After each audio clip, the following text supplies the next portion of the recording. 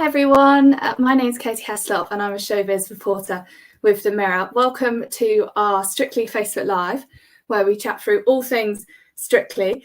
And I'm delighted that we're joined by body language expert Judi James. Judi, hi. Hi. Hello. How are you? I'm very good, very busy at the moment, but it's obviously a lot of Strictly and a lot of politics, which is more serious than you'd think. So it's an odd combination. So it's really great to chat to you because I feel like there's so much going on with Strictly at the moment. I feel like at the weekend it was a really interesting episode. So obviously we had Jade's kind of shock elimination, but I also feel like we're starting to see more of the personalities and more kind of arcs and like more real kind of development. So I kind of wanted to start by asking you about how you thought Helen Skelton appeared, because she did a great performance, great kind of Blue Peter inspired performance with Gorka, and it was really at the top of the leaderboard. She seemed a lot more confident. I mean, what were your thoughts after last week? Yeah, I mean, it's really interesting because for most of them, it was a horrible week. And I think for the viewers a bit as well. I'm not sure the format worked particularly well. Yes. But this is the week when they kind of reach the point where they're getting really exhausted, probably for the first time. They'll build the muscles up as they go along, so they'll re-energize, they'll get their second win. But this is the one where they begin to feel really tired. But they're expected and they begin to get treated a lot more like professional dancers. So, you know, the first few weeks, it's kind of, well, I know you're not a real dancer, but do the best you can. And then suddenly it's sort of, no, you should be better than that. And you should be picking the routines up and everything. Plus the fact that they've got the emotional problems, a lot of them, where they've been in the dance off and that's really knocked their confidence. And I think that was Helen, wasn't it? I think last week she really hit her dip.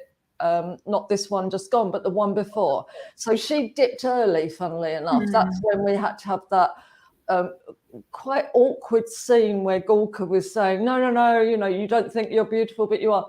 And I was sitting there with my toes clenched thinking, that's not really how somebody wants to be spoken about. You know, if you've just been through a split, you want everybody to say that you're beautiful, but just say that, don't go through the, oh, well, you've lost your confidence. You know, it makes you sound too wounded, where I think she was trying to bluff it out.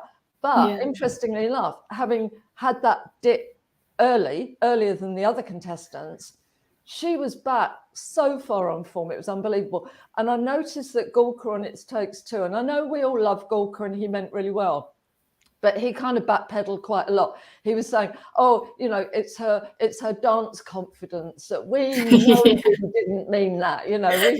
We all know what you were referring to. And I think that she probably took control of it, because I think from interviews that she's done, she wants, you know, her children to see her being resilient and you know, to be successful on this show and to look gorgeous and absolutely all those positive things. And then she got the best thing this week. She got Blue Peter, yay. Hot pants, way. And what she did was, it was like a backwards leapfrog. She went back to the time when she probably felt her most confident. We saw those, I didn't realize, I mean, obviously I wouldn't have been watching Blue Peter then, but she was walking across rapids and doing all these really daredevil things. So I think that took her back to a very good, strong, happy place. I think it reminded her who she was, who she'd been. And I think that perhaps brought her back fighting fit emotionally. And she was fabulous on the dance floor. She got all the energy going. You know, she brought that, I hate the word bubbly used for women, but I'm going to have to use it a bit because she's got that sort of professional bubble thing going on. So it did her a lot of good. But as I say, it happened to her the week before the others. This week, most of the others were suffering. Yeah, I think you're right. And I think it was an odd episode, I thought, because I thought the week before, everyone did amazing.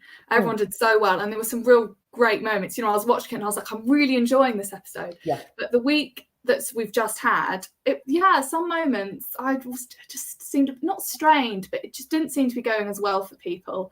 No, I mean, like Jade, for instance, when I saw her routine, I thought her days might be numbered, because, you know, I picked those two out when they first started as having really good sort of professional sexual chemistry. You know, they were right from the word go. It was jokey flirting, but they were flirting with one another, and there was so much passion. And Jade was such a passionate person, such an and she comes out in this wig, you know, with the bottom smacking, and I thought, no. And I know they all have to have a week where they usually paint them blue and make them look like, and you think, no. And I think that probably, I know she was being her idol, but I don't think it did her any favors or the viewer. So it was a bit like that.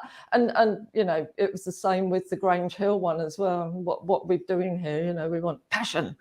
Yeah, and it was funny. I mean, and what did you think of Kim Marsh? Because she seemed to be struggling as well. I mean, the dance was lovely, but she just didn't seem to really be like her full self. No, she's lost a huge amount of confidence. I think I don't know. I keep reading that she's working really hard, and he keeps referring to the fact that when you hear that, oh, they're working really hard, or they say it about themselves, you know that the pro dancers are sitting there dying inside because they want to get everybody into rehearsals 24/7. Yeah. And when they've got to work around the programs, it's very difficult for them. So I think Kim's been busy, but it was almost like she got a delayed shock reaction from having been in the dance off in the bottom two the week before that. And she was quite brave when she did that. I remember her saying, no, you know, it's got to happen to everybody. It's got to happen to somebody. And it was a good display of bravado. It doesn't seem to dent her, but I think it was almost like a delayed shock that affected her posture. I mean, when she was doing this dance, you could actually see her head sinking slightly into her shoulders, which would very much give the idea of a lack of energy, a lack of confidence. And then we got that really odd scene on the balcony where she lost her smile. And now, you know, this is a woman that acts in soaps, the woman that can always put a smile on, but she dropped the mask, and we saw, it was almost like, when I say she'd given up, I don't mean that she's given up in the competition, but it was though she wasn't even trying to look as though she was fine and it was okay. Yeah. We got fiddling with the band of her dress. I looked at her feet on the balcony. You could actually see her toes were going in together, and she was going on one ankle. That's a pseudo-infantile remotivational display where we tend to look a bit cute and childlike when we're feeling under attack. And I was so fascinated because the best thing to do is to turn in on your dancers. The more that they get locked away with their dancers, with their pro dancers, and rely on them for confidence building and everything, the better. Because I think what will happen, or what had happened to Kim, she said, oh, everybody in the team, and she was looking towards the other dancers, they've all helped me this week. A, that meant that she's probably been quite vocal in how she's feeling. And B, those people are going to get knocked out each week. And a lot of them are suffering at the moment because they're losing their support, their emotional support. So, yeah, I want to get that from your dancer because they won't leave you. You know, that's where you should be getting all of that emotional support from at this stage. Yeah, because you're right. She didn't specifically say thank you to Graziano. She kind of thanked. No. And he actually tried to cuddle her from behind, and she still was pointed towards the dancers. I noticed that. Yeah, that was a bit. That was a bit awkward. Yeah. What's going on here? You know, I don't think it's that in this case, but I think sometimes there might be an idea of it wouldn't be this because it wasn't that type of a dance, but sometimes they do have this kind of, you said we should do that dance and we ended up in the bottom two. You know, there might be underlying tensions, but that would not be for Kim because she was in a glorious ballroom dance, which was fine. Oh, I mean, yeah, she looked stunning. The dance was lovely. Going on to moments where there was a little bit of tension, potentially, with Nikita and Ellie's dance, where Ellie did they kind of did a lift, which Craig called, I think he said it was an illegal lift, didn't he? How did you think Nikita responded to that? Because he didn't seem too pleased. I was quite happy that he didn't like it, to be honest, because I think when Nikita started dancing with Ellie, it was as though he was almost scared to really, you know, he was so respectful, and gradually they've worked up some really good banter, their relationships. They're more mirrored every week. They get one another's humour. And I think he's been very surprised and quite delighted about A, how much dance talent she's got, and B, how much fun she is as well. So they're getting closer and closer. And, you know, I love Nikita because he's always Mr. Eyes to Cameraman. You know, all you see of Nikita is the love affair with the camera because he's so good looking, and the smile. But he's actually turning a lot more towards Ellie these days. And I quite like the fact that when he got done for the illegal lift, he fought back twice. I don't think the camera picked up or the microphone picked up the second time, but he really hit back against Craig, which, you know, is quite a big thing for the dancers to do that, because obviously he'll be responsible for their votes next week. But when Craig hit, it's illegal. And he came back again. And I thought, this is great. He's obviously been really protective towards Ellie, you know, he clearly thinks that he can win. But look at the routines that he was doing, picked up on doing a long lift.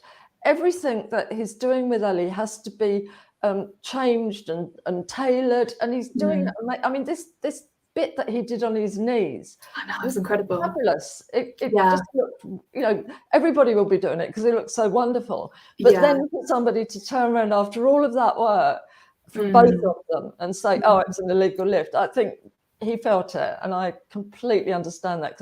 I love those two now. I think they're great together. I really like those two. They're one of my favourites. I think you're right. I think their friendship is really lovely, and you can see when like Ellie's joking and talking that Nikita's just like, he's just laughing along, like it's not forced. He genuinely finds her funny. And they seem to have a really kind of nice, genuine friendship. And that I think we all like that in Strictly, where we can feel the kind of chemistry between them as well as the dance routines. And it's so nice that with those two now, you kind of sit back and relax and know that you're going to see something really exciting. I mean, even just this photograph here, how exciting is that pose with the two of them? And it just works, you know, it works so well. And I think they look really good together as well. Like, you know, they always look like they're having a good time, and they just, it's always really impressive. Onto a couple who, you know, there's been a bit of kind of interest around in terms of how they're getting on. Tony and Katja, because I know you've spoken in the past about how you think there's a bit of a power battle going on. And so could you explain a bit about that and how you thought they were at the weekend? Yeah, I mean, I have to say, I was an Arsenal fan back in the day when Tony was like God. And, you know, I remember the guy, you know, he was the captain of the team. He was the grafter. He was the one everybody looked up to. He's managed football players himself. You know, he's really been through it. And now he's having to be told what to do by Katja. Now, we all know that Katja is a force of nature. I mean, whatever Katja said, I think just do it, you know, because I love her. She's always got the big smile. She's always fighting against the odds, isn't she? Every partner that she's been given since Pitchgate has kind of been another, you know, challenge for her. And she's really, really bringing something good out and unexpected from Tony. But that conversation they had when they were on It Takes Two, you know, where he said, oh, you know, I had a team talk, and I thought, that's what they call they call it hairdryer blasting in football. And I wonder how that's going to go down, because Tony's amazing, he's lovely, he's funny, but he's also used to commanding authority and, you know, from very tough guys. And she's obviously, I think, by the way she described it, when she said it was a risk. So I think she really went hard on him. It worked in terms of his performance. I love the two of them together. This only makes them even more watchable for me. But I think there's probably a little bit of a knife edge going on when they were sitting on the sofa on It Takes Two. He kind of picked her up at the start and moved her further down the sofa physically.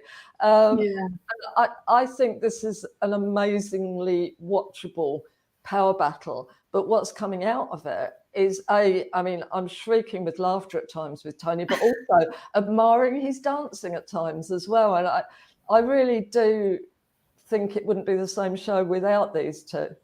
Yeah, and you kind of want to see a journey between, like, with them, don't you? Because he's not perhaps a natural dancer, but he is generally trying really hard, and you can tell that he really wants to get better. You can tell he doesn't really want to be the joke act, but he just has found himself being.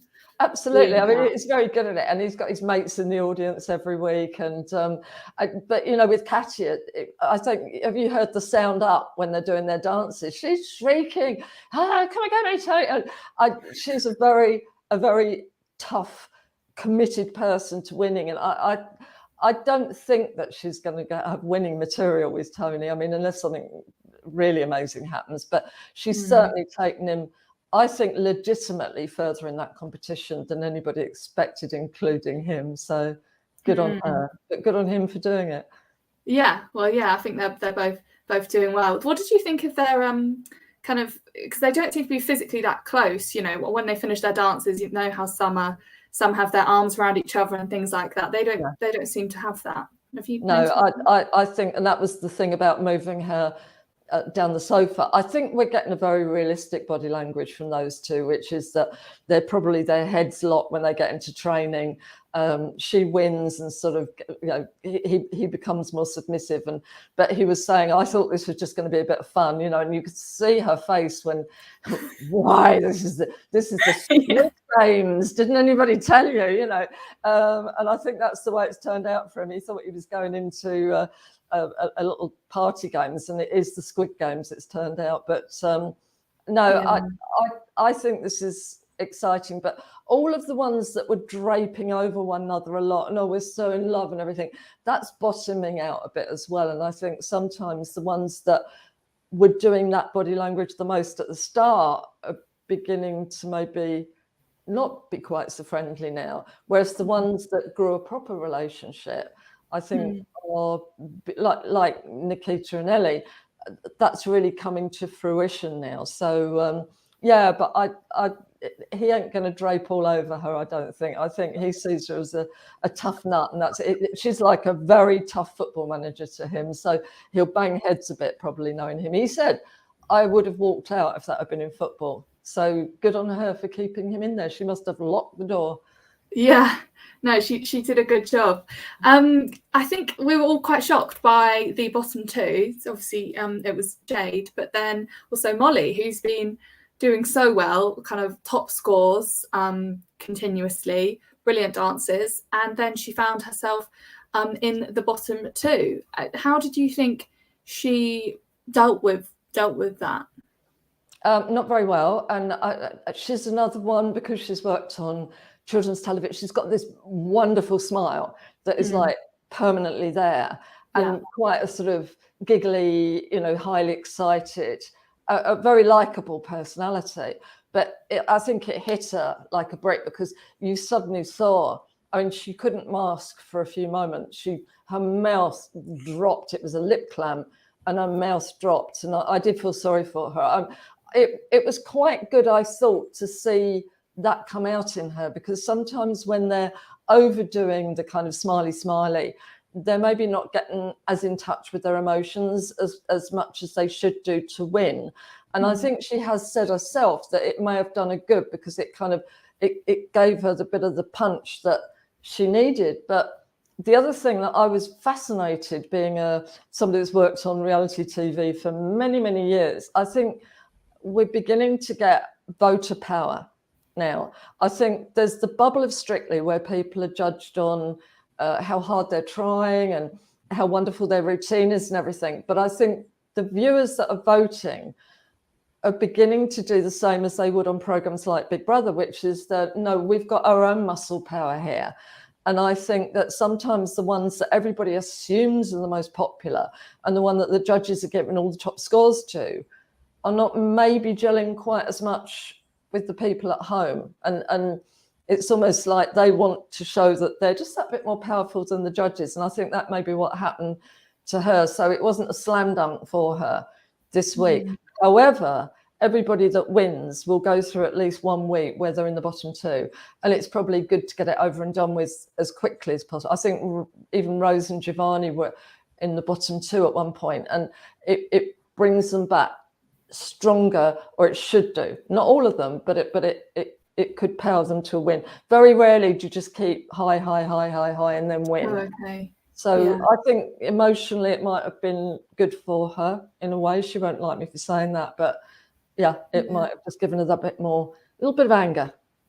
Because I keep thinking that perhaps James, the EastEnders actor, will be in the bottom two, because his dancing, I don't think is anything. I mean, you know, he's good, but I don't think it's anything particularly spectacular.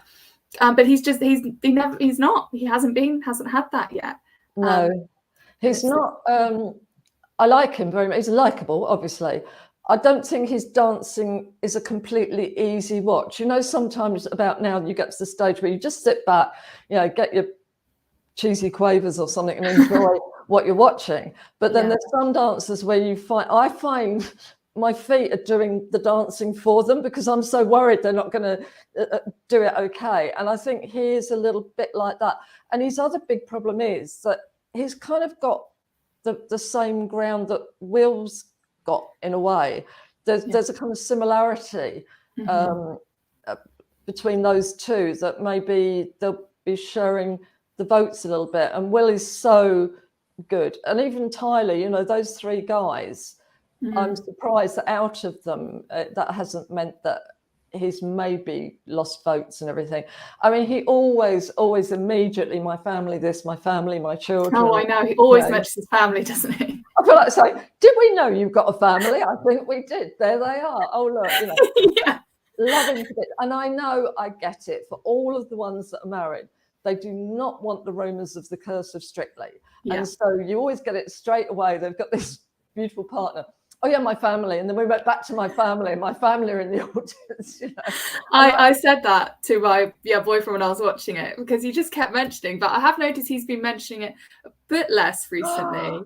Yeah, well, I think, well, we've got the message, I hope. Anyway. I get it. I mean, it's been a graveyard for relationships, hasn't it, for so many years now? And I think unfairly a lot of the time as well. So I can get that. But, you know, I think by next season we'll have sort of married couples with their partners clinging on their backs as they go around the dance floor. Yeah, or just like loads of pictures up of them in the rehearsal studio. You just can't get away from them. Or, yeah, the mask on the pro dancer's face. Don't rule it out, might happen. I wanted to chat about the judges for a bit, because I think Shirley got some criticism, and some people were really quite harsh and said that she was being sexist towards against the women, and she kind of robustly defended herself and said that's not the case. But after that, it seemed like she kind of changed in her mannerisms. And do you think that has continued this week? Yeah, I mean, I am watching her a bit with. I like Ellie Taylor. I think she's could be brilliant. But she really did get sized down by Shelley, and we mentioned it on another video where it wasn't just what she said; it was the way that she told her off, like she was a schoolgirl, and that wasn't particularly nice. So I think listen, you never know what's gone on behind the scenes, and with judges on all reality shows, they've always got to have a persona, a character. And, you know, like Simon Cowell became famous for being the bad guy on the panel. And it could be that because Bruno's gone and, you know, there's been a bit of a reshuffling going on, I'd give her the benefit of the doubt. Somebody might have said, look, you know, we need somebody to be a bit harsher on the show. And I know Craig does it, but everybody still loves him. And it might have been that they wanted a little bit more criticism.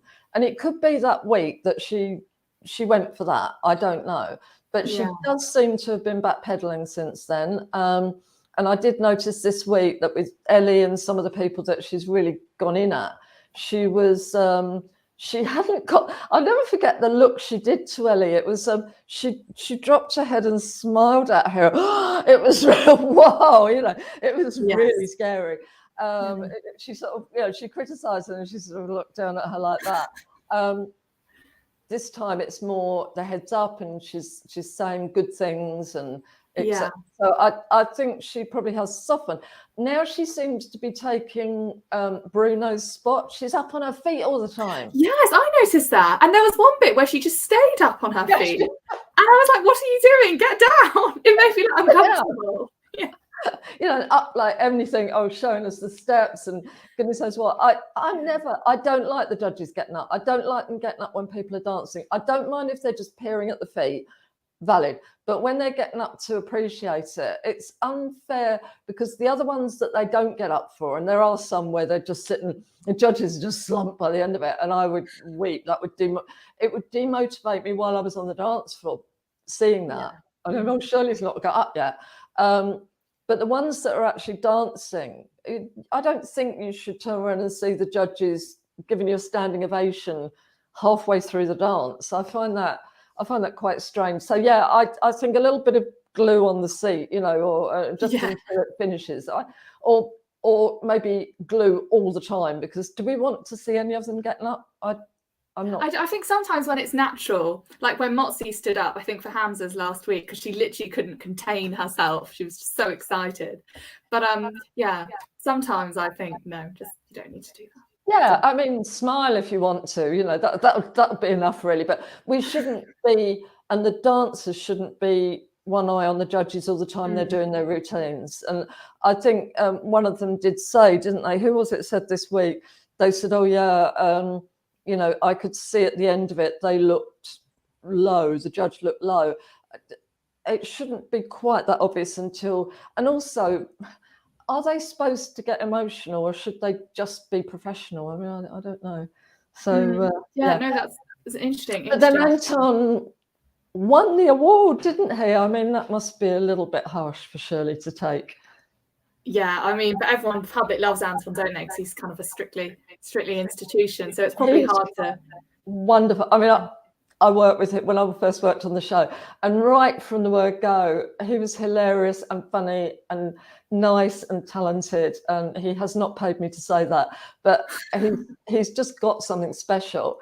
And I can't imagine if I was Shirley sitting next to Anton and he'd won the TV Judge of the Year award, I would be hitting him with it, I think, out of Shirley. Just a final question, if that's okay. Which partners do you think are kind of at their strongest, and which do you think potentially have at the weakest or have more to work on in terms of their relationship, in your opinion? So I've only given you a few minutes, and that's such a big question. No, there's an evolution going on. So I'm fascinated by Fleur and Vito. Okay. I'm not sure he got her at the start because she was this big ball of emotions, and he's very, you know, competitive, you know, does this macho man routine and everything. But what I love now, and I don't know if you saw them in rehearsals for the dance this week, she was doing those high kicks where he said, hit my hand. And she was hitting him as hard as she could and looking at him with like really baring her teeth at him. And he was going, when she landed on the floor, get up. And I love the way this is turning into almost a loving fight. But I think they're both now competitive. I think they're both very strong dancers. They're very physical dancers. And I hope next week they get one of those dances where it does look as though they're allowed to hate one another and reduce one another to rubble, because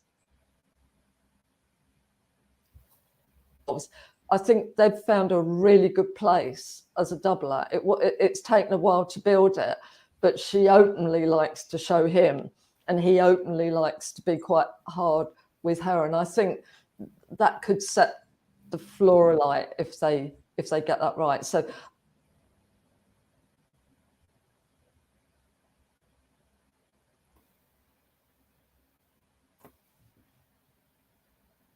I think we might have to end it there because sorry, Judi, I think we might have to end it there because the connection's going a bit funny. But thank you so much for your time. It's really appreciated, and looking forward to speaking to you again. Bye-bye.